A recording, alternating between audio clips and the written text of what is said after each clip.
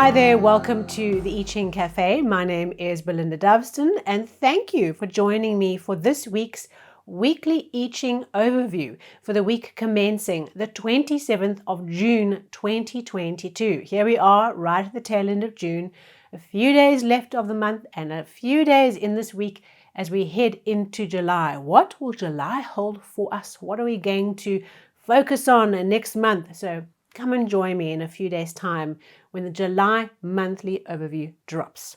So last week we had this Hexagram 1, the creative, the surge of creative power. We were challenged to name our dragon. Did you have some thoughts about that? And we got given permission to lean into our creative energy, to lean into the huge upswell of energy taking place in our lives, the new beginning, to give it power because the dragon is no longer hidden, the dragon is emerging. But with that was the promise that perhaps there were some demons at night that you were facing. And I personally, that last week, lots of things happening, lots of powerful, creative, new beginnings happening. But boy, working late into the night to try and get a handle on everything that needs to get done. So I thought, this changing line is really hitting me this week. And it really helped me to stay focused on what was important. And we also had this Hexagram 10 treading, saying, well, we don't want to stand on the tail of the tiger. We want to process. We want to put our feet one foot in front of the other. And I certainly took my own advice and created a project plan and a process, mapped out the week, tried to create some sense of a step-by-step approach to this onslaught of creative energy that hit in the week. So please, what was your week about? Share your experiences of working with these two hexagrams. And your comments are so powerful because they give us new stories and new ways of looking at how these hexagrams play out in our life. Right, so this week, what is the I Ching asking us to pay attention to? This is a very interesting set of hexagrams. So we have our two hexagrams and we have one changing line. Now, do you remember when we did our last weekly overview for May? It was the episode the 30th of May. So we really just had 2 days of May and then we were into June and we had these two hexagrams. We had 50, the cauldron, going through the first changing line, into hexagram 14, possession of greatness. Do you remember that episode? Now, what is so amazing as we go into this week's episode, the last little bit of June, heading into July, so it's like the sandwich on either side of June, we have the same two hexagrams, but in reverse. Okay, so we start off with hexagram 14, possession of greatness. We have changing line 1, and then we go back to the cauldron. So there's an interesting kind of wrapper around June, and maybe time will tell as we reflect on what June as a month has symbolically meant for us. What has it symbolized? We have these bookends, all right? Cauldron to possession of greatness to cauldron, sitting in a sandwich around the month of June. And I'd really encourage you to sit down and reflect on June.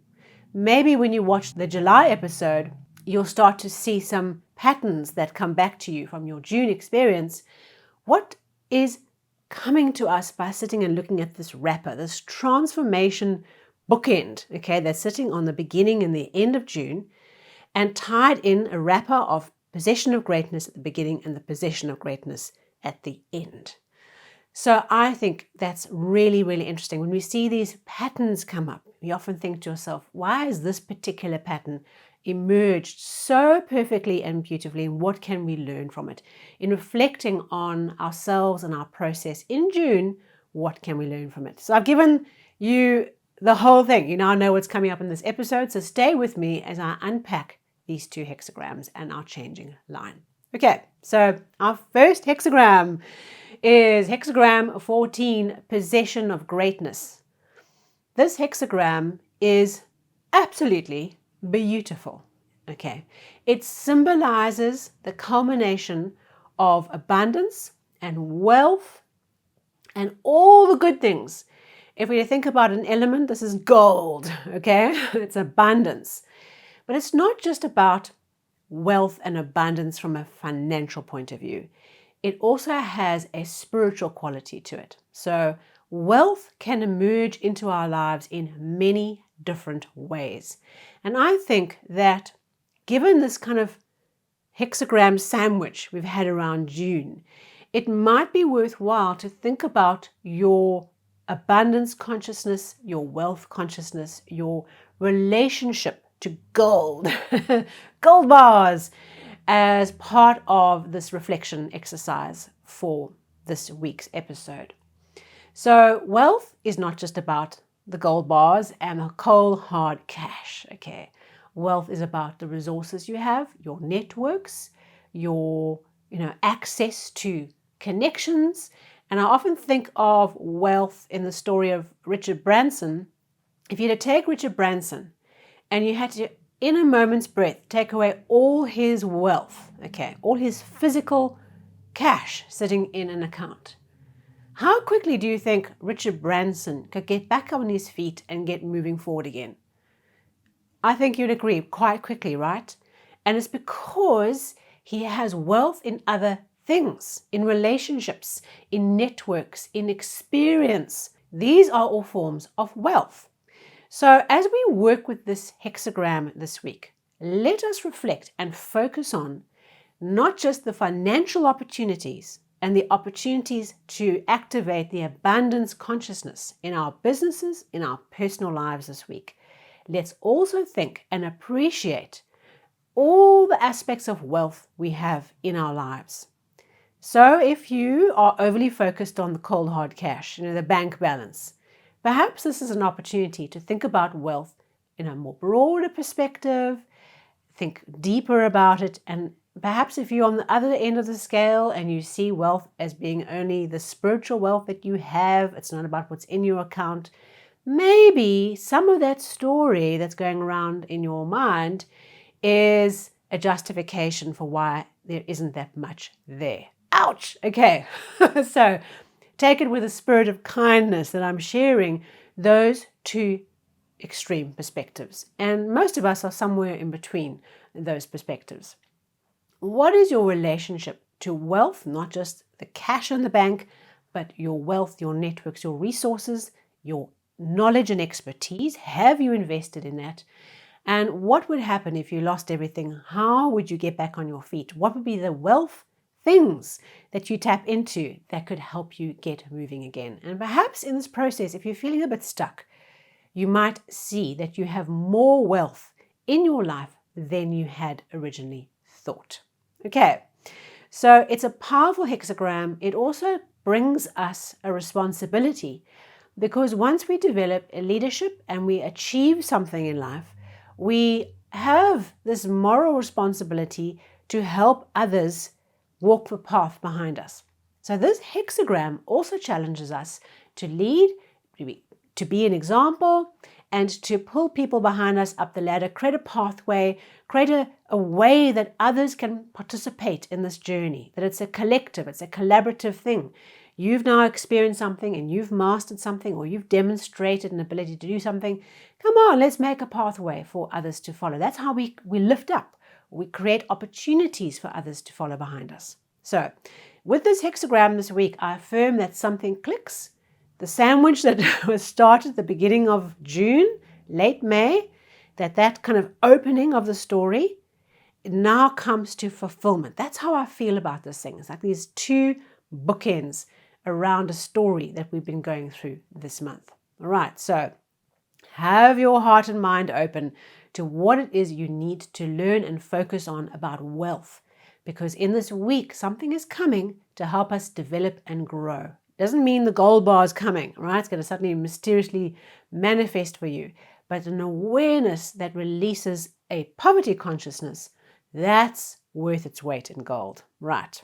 Okay, so we have one changing line for this week in the first position, same position as we had it in the previous start of the bookend, and it says this week promises to require hard work. But do not fear. Do the work this week. Put in the effort. because you are not out of alignment with where you need to be. You are in the right place. Your heart and mind's in the right place. Your path is in the right place. And the hard work this week is what you're needing to do. So go for it.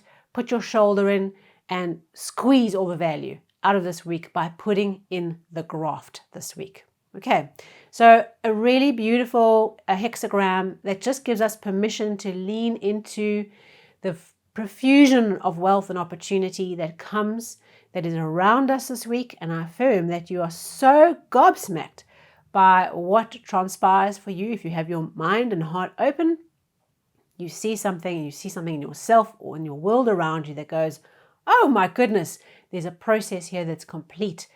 What was started at the beginning of the month has connected and landed and has turned into something tangible and real, the gold bar. Okay, I am affirming that for you. So our changing line does say, put in the effort, but there's nothing out of alignment here. There's something here where things click, you're in the right place, but you just got to push through and soldier through and put in the effort this week. Our second hexagram, which is no surprise because I gave it all away right at the beginning, is hexagram 50, the cauldron. So the transformation process, the chemicalization of our ideas, the transformation in the pot is cooking away, and perhaps we get the chance to lift the lid off the pot and say, what have all our chemicals translated into? What is the furnace, the process of transformation that is now complete, that we can now tap into and we can feed our tribe with? What have we actually cooked? So there's something here around this cauldron, the transformation process. I affirm that transformation, what has actually shifted in you, what has actually worked its way through the alchemical journey, the spells that we were casting into the pot at the beginning of the month, if you remember. What have those spells translated to in this cauldron, in this pot, that represents the transformative process we are going through as a vessel, as an instrument of change, and the thing that we are creating, our love that we pour into our work and into our contribution, whether you are an employed person, you're a leader, you're a stay-at-home mom or dad, whatever it is that is your life and your focus in your life, that is your work, your love poured into your work, your contribution, your path of service. So let's see, when we lift the lids, what transpired? Did we get something really interesting and surprising?